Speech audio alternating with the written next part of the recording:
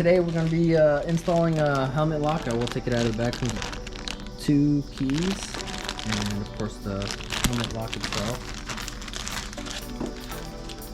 Here's the lock as well as the piece that'll go onto the subframe.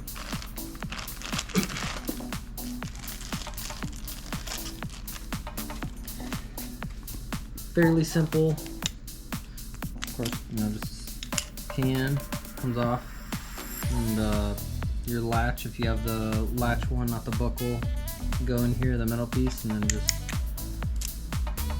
put it on. And I was looking at it, possibly it can be reversed if you want to put it on the other side by just flipping it. And then you can, well, on the right side, throttle side, it'll go like this.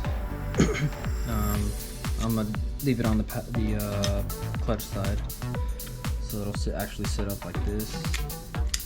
I'm gonna open it up so I can tighten the Allen screw in the middle right there. Let's see. I've got a 6 Allen socket to take the rear pegs off, passenger pegs.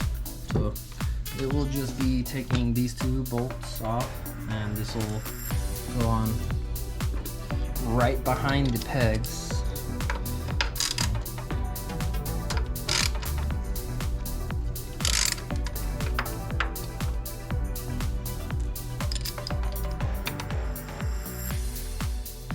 So yeah, there's the peg.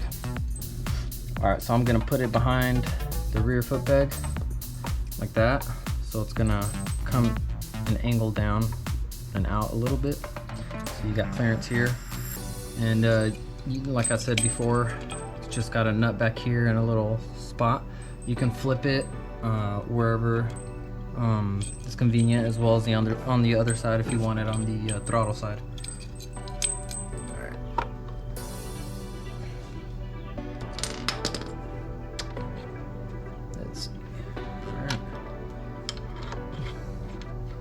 That's how it is. There you go.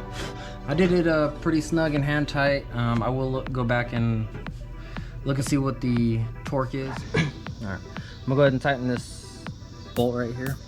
It's got a nut on the back side.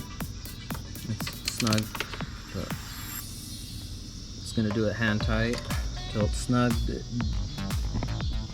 That bolt keeps the locking mechanism attached to the bracket that goes to the subframe.